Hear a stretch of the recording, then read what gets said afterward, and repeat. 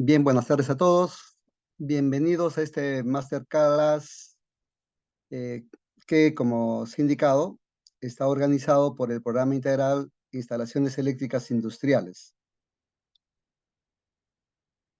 Vamos a desarrollar, como se indicó, un tema que nosotros lo vemos dentro de los 3 cursos que tenemos en este programa integral. El Programa Integral de Instalaciones Eléctricas Industriales está conformado por 3 módulos. Cada módulo dura 50 horas. El primer módulo tiene como título Instalaciones eléctricas en industria. El segundo, Instalaciones eléctricas de tableros de control y de medición. El tercero, eh, Instalación de máquinas y equipos eléctricos industriales.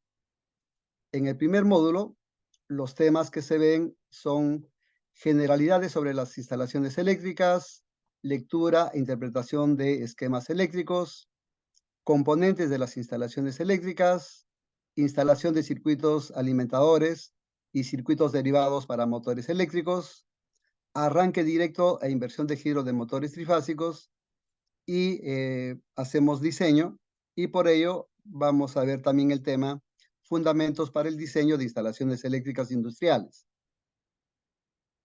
En el segundo módulo, instalación de tableros eléctricos de control y medición, vemos los temas de tableros eléctricos para el control de motores. Aquí vemos cómo se dimensionan, cómo se seleccionan los dispositivos de mando, control y protección. Se ven los sistemas de arranque a tensión reducida y se desarrolla un proyecto de automatización. Luego se ve el tema de instalación de arrancadores de estado sólido y también de variadores de velocidad. Luego, tableros para compensar la energía reactiva. Vemos la compensación fija y la compensación automática. Y terminamos este módulo con tableros de medición eléctrica. En el tercer módulo, instalación de máquinas y equipos eléctricos industriales, vemos los temas de instalación de transformadores, montaje y conexión de motores eléctricos, sistemas de iluminación de interiores, equipamiento de subestaciones de distribución y finalizamos con sistemas de puesta a tierra.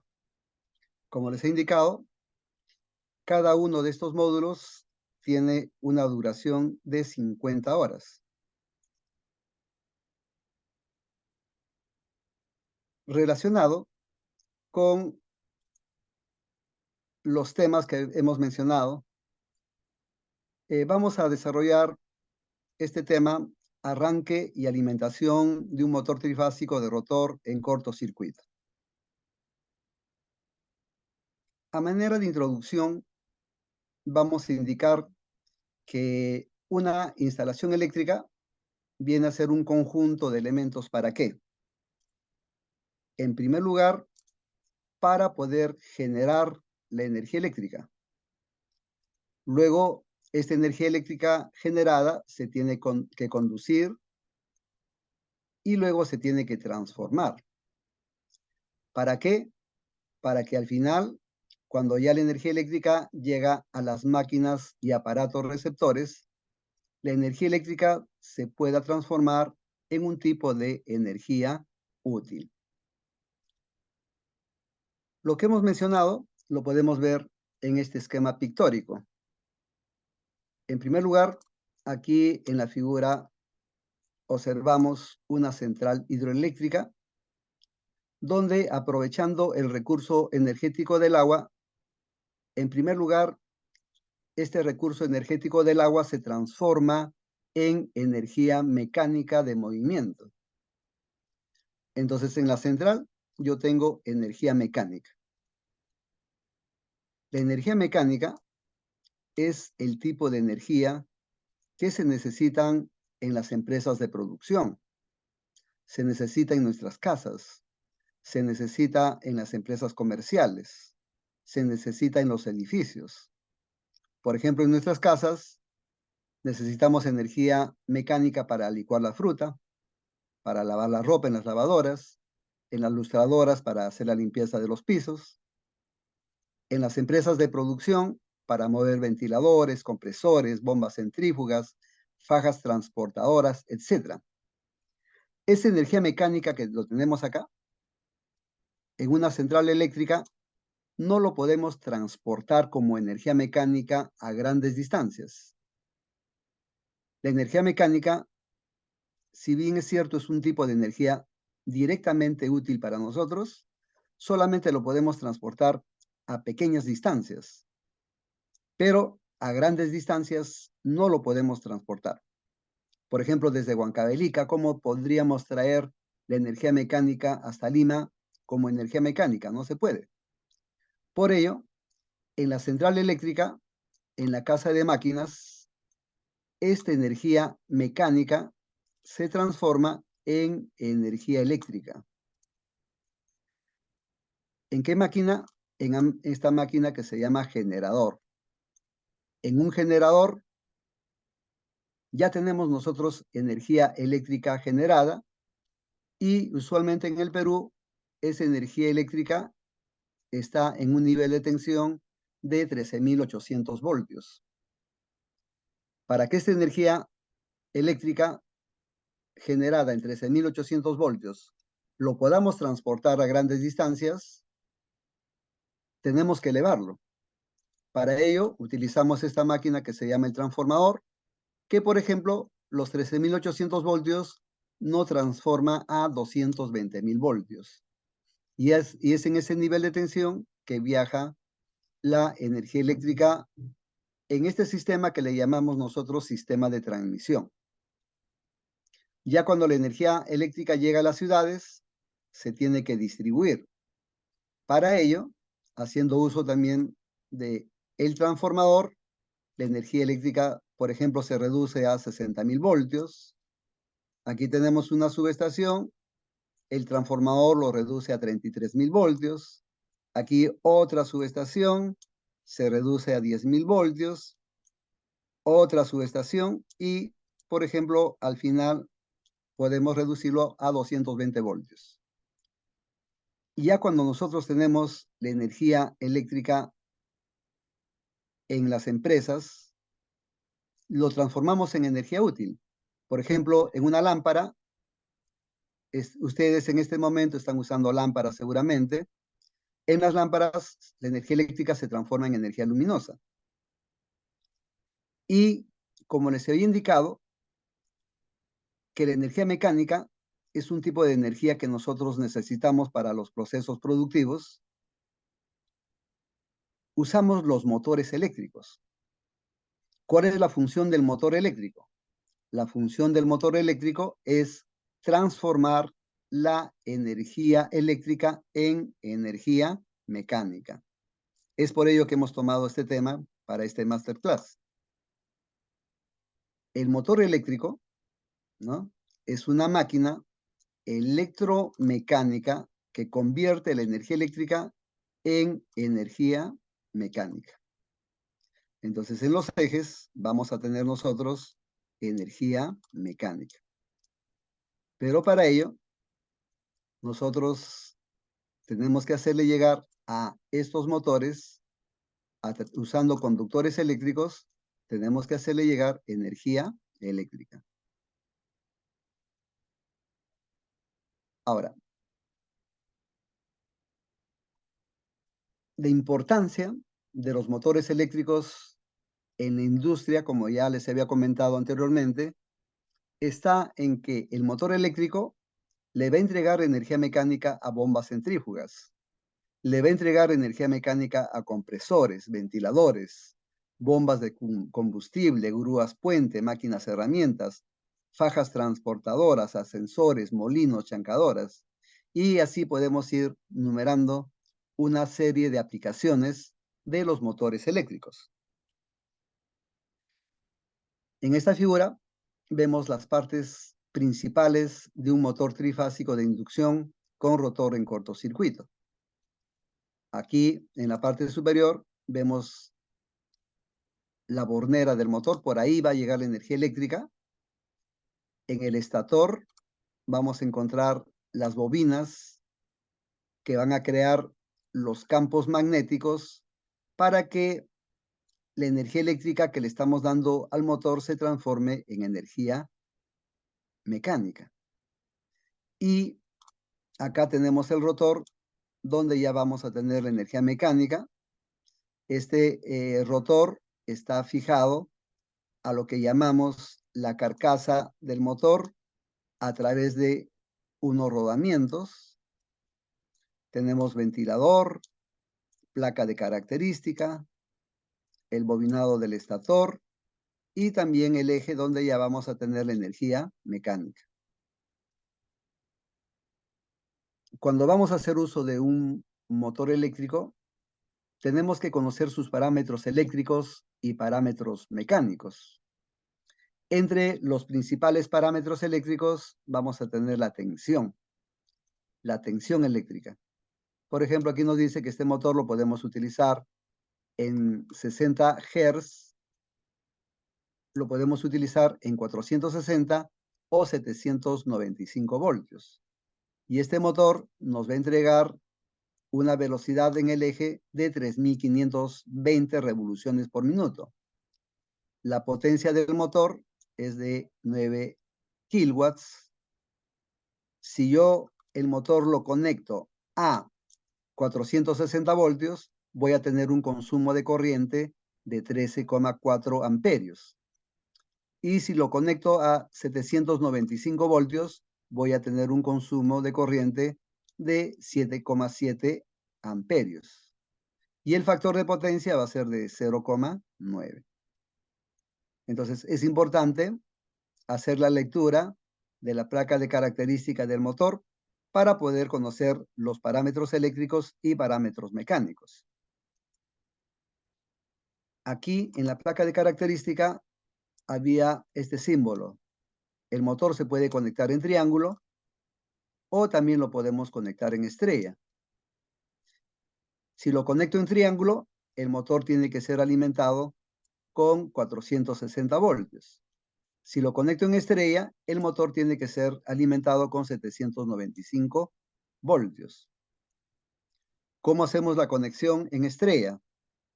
Aquí nos fijamos en la caja de bornes del motor y estamos puenteando los terminales W2, U2 y B2 del motor. Entonces, el motor tiene 1, 2, 3 bobinas. Estos son los terminales de entrada y los que están abajo son los terminales de salida. Y este motor va a quedar conectado en estrella cuando se puentean los terminales de salida, tal como vemos en las figuras. Y podemos conectarlo también en conexión delta o conexión estrella. En la caja de bornes lo conectamos así. Y el esquema de conexión está acá, ¿no? La entrada 1 se está puenteando con la salida W2. La entrada B1 se está puenteando con la salida U2. Y la entrada BW1 se está puenteando con la salida B2. De esta forma hacemos la conexión en delta o triángulo. Al motor lo alimentamos con conductores eléctricos apropiados, ¿correcto? Y en los circuitos de alimentación de este motor vamos a tener conductores, dispositivos de protección, canalizaciones, y vamos a tener un tablero al cual le llamamos arranque o arrancador del motor. Aquí tenemos algunos ejemplos de conductores que utilizamos para alimentar a los motores eléctricos. Para grandes corrientes usamos el NY o el N2XY. Para corrientes medianas o pequeñas utilizamos el conductor THW o TW. Usamos para la protección de estos circuitos los interruptores termomagnéticos. Este interruptor termomagnético va a proteger al circuito que alimenta al motor contra sobrecargas y también contra cortocircuitos. En el mercado, este tipo de interruptores lo podemos encontrar hasta 3.200 amperios de corriente. Algunas canalizaciones que utilizamos en los circuitos de alimentación del motor, por ejemplo, tubos, bandejas, ductos aéreos, o los conductores también lo podemos enterrar directamente en las zanjas, o en ductos subterráneos, o también en canales subterráneos. Este es un arrancador del motor, ¿no?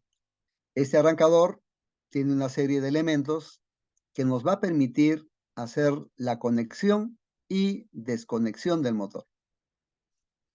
Algunos elementos que podemos identificar: aquí tenemos un interruptor termomagnético, acá tenemos un contactor,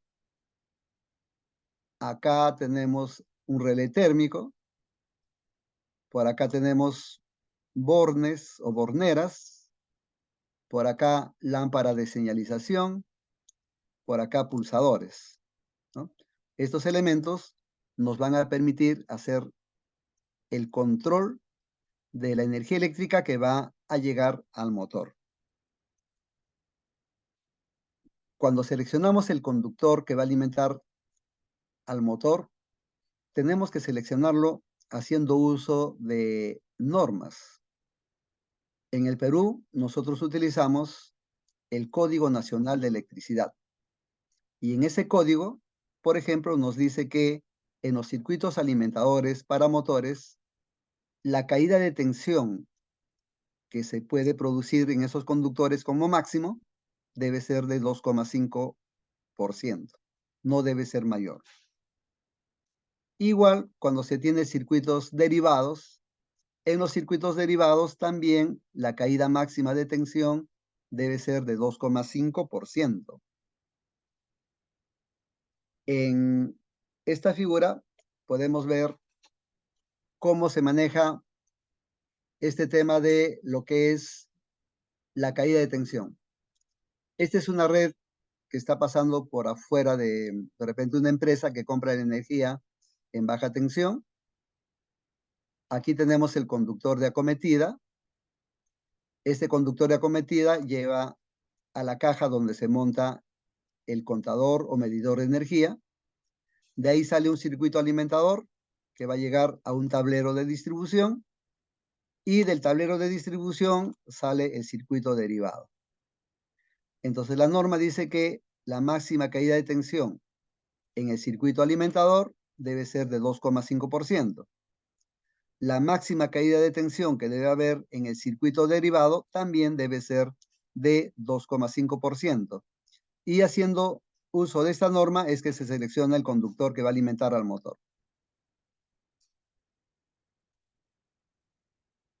También en el Código Nacional de Electricidad, tomo utilización, nos indica que cuando seleccionemos un conductor, ¿no?, este conductor debe tener una capacidad, aquí dice, debe tener una capacidad de conducción no menor que el 125% de la corriente nominal a plena carga del motor, ¿ya?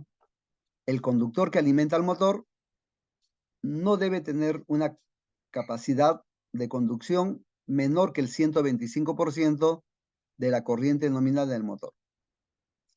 Entonces, cuando nosotros hacemos el cálculo del conductor que alimenta al motor y lo calculamos por capacidad de corriente, vamos a utilizar esta fórmula. Corriente de diseño igual a 125% de la corriente nominal. Y 125% lo podemos escribir como 1,25. Que multiplica a la corriente nominal. Entonces, esta fórmula vamos a utilizar para hacer el cálculo del conductor por capacidad de corriente. Aquí vamos a desarrollar un ejemplo. Tenemos un motor de 15 kilowatts, factor de potencia 0,85, y eficiencia 89%. Ese motor se va a alimentar desde un tablero donde la tensión es de 380 voltios. Y la longitud del conductor desde el tablero hasta el motor va a ser de 165 metros. Entonces, tenemos que seleccionar este conductor que va a alimentar al motor. Como es un motor trifásico, por aquí van a pasar 3 conductores, más el conductor de tierra. Y vamos a tener el criterio de que el conductor va a ser un conductor TBW80 y va a estar instalado en tubería de PVC. Entonces calculamos el conductor, en primer lugar por capacidad de corriente. Por capacidad de corriente, en primer lugar, con los datos que tenemos, la potencia, hemos dicho que es de 15 kilowatts, o sea que es de 15.000 watts.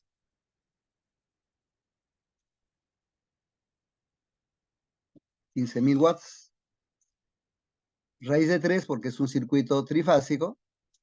La tensión es de 380.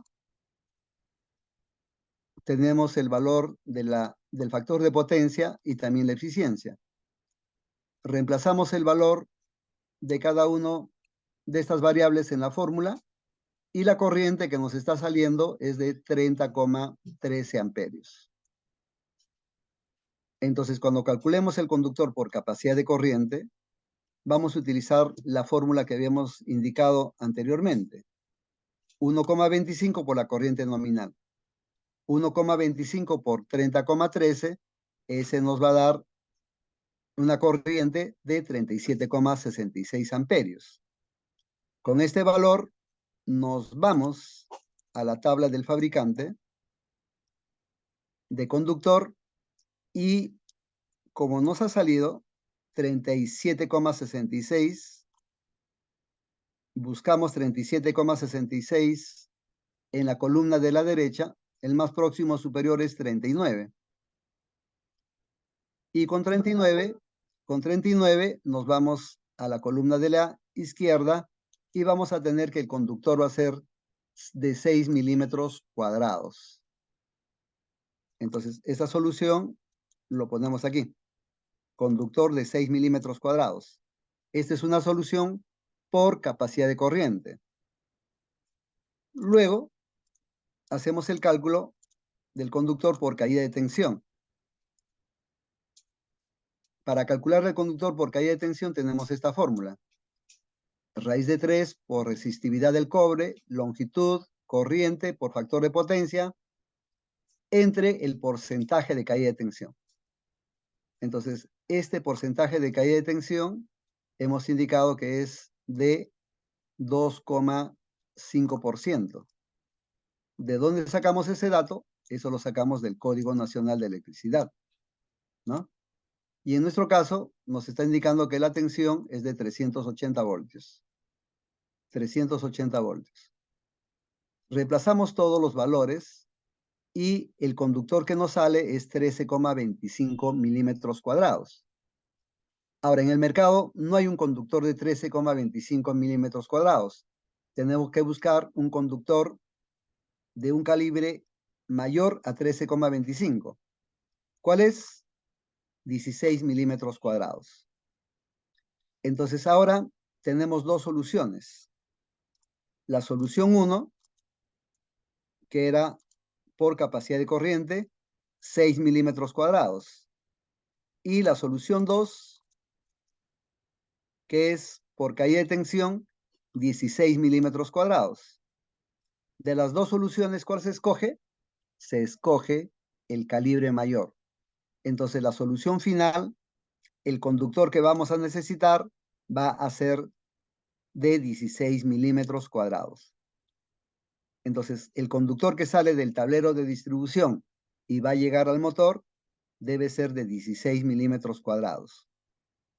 Este conductor, ¿cuántos amperios puede transportar? 68 amperios. Una vez que hemos seleccionado ya el conductor,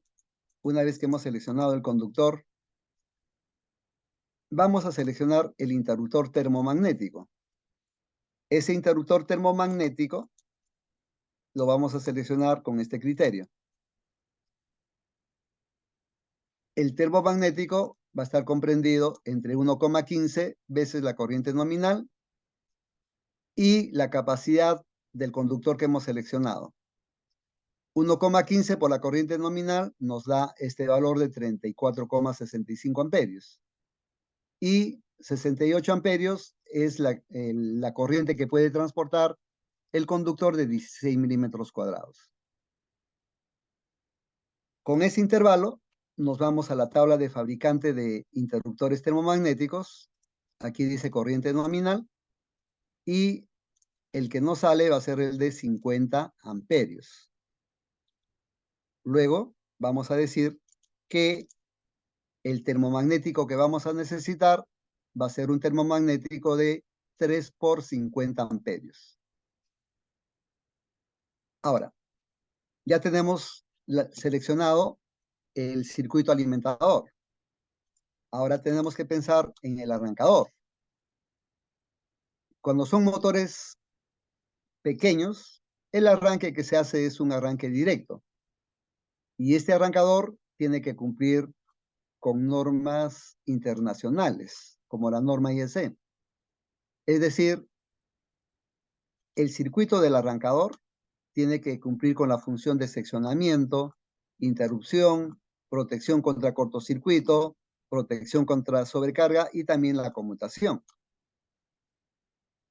Y para cumplir ello, se tiene una serie de elementos como son seccionadores, guardamotores, relés térmicos, contactores, seccionadores fusibles y fusibles. También va a ser necesario un gabinete, un riel DIN donde montar los elementos, borneras, lámparas de señalización y pulsadores. Con todo ello, hacemos el diseño de nuestro circuito. Este es un esquema que desarrollamos en TechSoup y luego de haber desarrollado, lo cableamos en tableros reales, donde aquí tenemos los fusibles en este circuito que está al lado izquierdo, que viene a ser el circuito de fuerza. Montamos los fusibles. Estos son los contactos principales del contactor, el relé térmico y el motor. Y para poder hacer el control de arranque y parada, usamos el pulsador de parada. Esto es para el stop o la parada. Y aquí tenemos el pulsador de arranque. Cuando presionamos el pulsador de arranque, se energiza esta bobina, se cierran estos contactos principales y el motor va a funcionar, ¿no? Y cuando el motor está funcionando, este contacto se va a cerrar y se va a prender esta lámpara, indicándome que el motor está funcionando. Este dispositivo que viene a ser el relé térmico va a proteger al motor contra una falla que se llama sobrecarga. Cuando se presenta una sobrecarga, el motor se sobrecalienta. Para que no se quemen las bobinas, este contacto se abre, con lo cual todo esto sale fuera de servicio y el motor se va a detener. ¿Por qué? Porque estos contactos principales que se habían cerrado se abren. Esto se abre, se apaga esta lámpara y como ha habido una falla, este contacto de aquí se va a cerrar. Y esta lámpara que está acá se va a prender para indicarme que el motor ha salido fuera de servicio porque se ha presentado una sobrecarga y ha actuado el relé térmico. Entonces, de esta manera, nosotros desarrollamos las clases en TechSoup.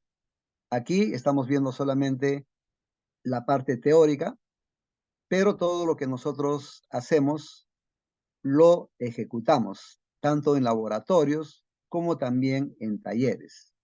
La formación que damos a los que se inscriben en estos programas integrales en TechSoup,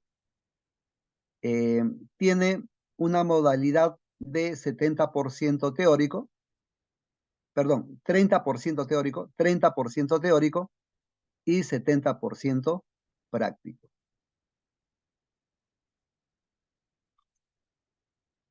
Bien, el tiempo nos gana. Les agradezco Excelente, su profesor. atención. Perfecto, profesor Ricardo. Estuvo muy buena la explicación. Excelente. Espero que todos los que se han podido conectar en estos momentos hayan podido disfrutar de este masterclass. De igual manera, chicos, si de repente en estos momentos tuviesen alguna consulta que podamos hacer al docente, aprovechando que en estos momentos está conectado con nosotros, por favor, sería una muy buena oportunidad.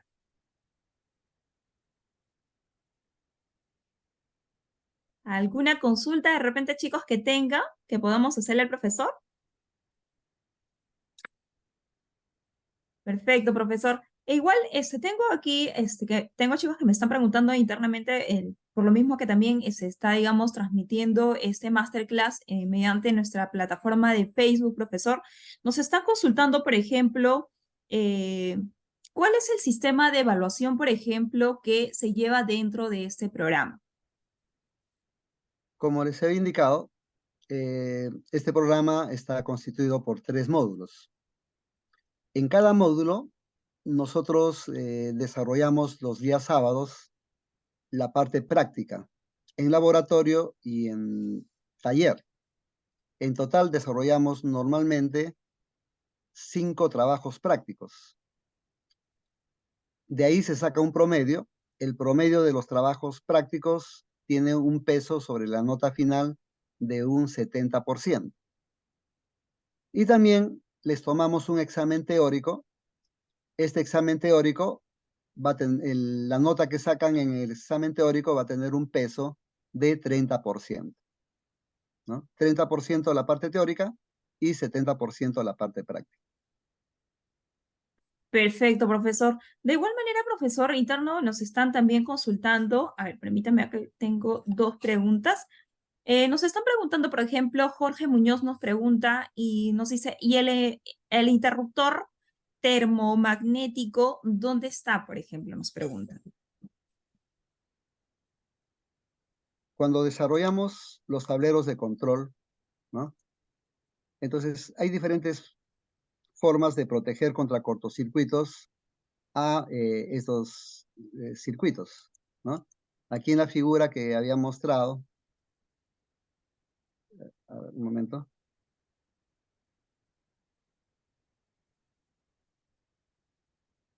Bueno, en vez de utilizar aquí fusibles, seccionadores fusibles, nosotros podemos poner aquí un interruptor termomagnético en este tablero de control para el motor.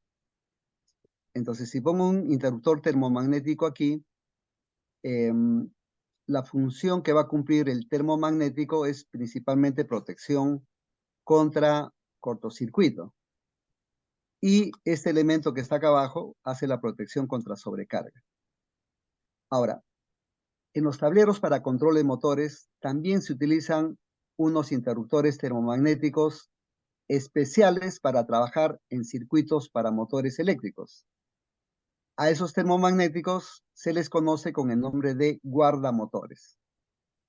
Entonces, si acá yo pongo un guardamotor, que es un termomagnético especial para motor, el guardamotor cumple en estos circuitos la función de protección contra sobrecarga y contra cortocircuito.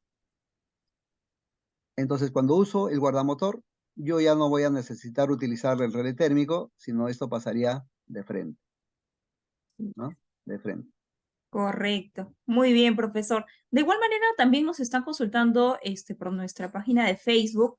¿Cuáles serían, por ejemplo, los requisitos o los conocimientos, ¿no?, que un participante debe tener para llevar este programa, por ejemplo, profesor? Lo deseable es que por lo menos tengan un fundamento básico de lo que es electricidad, ¿no? Perfecto. Entonces, pero se dan casos en que hay empresas que mandan a estudiar estos programas integrales que pertenecen, por ejemplo, al área de mecánica, ¿no? ¿Ya? Entonces, los mecánicos normalmente tienen algo de conocimiento de electricidad y en los primeros laboratorios que hacemos, reforzamos esos conocimientos para Ah, poder nivelar conocimientos de tal manera que se desarrolle para todos los participantes por igual los cursos. excelente, profesor. Entonces, ya saben, chicos, todos los que de repente están viendo nuestra transmisión por Facebook o los que están conectados ahorita por Zoom, ¿no? Tienen la oportunidad de poder inscribirse en este programa.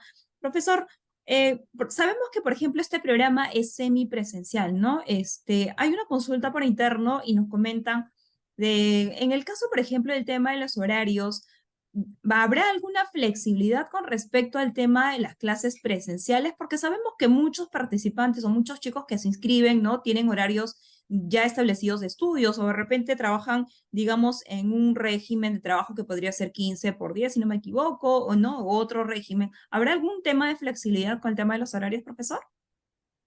Para la parte práctica, lo que se requiere es que no falten en la parte práctica, ¿no?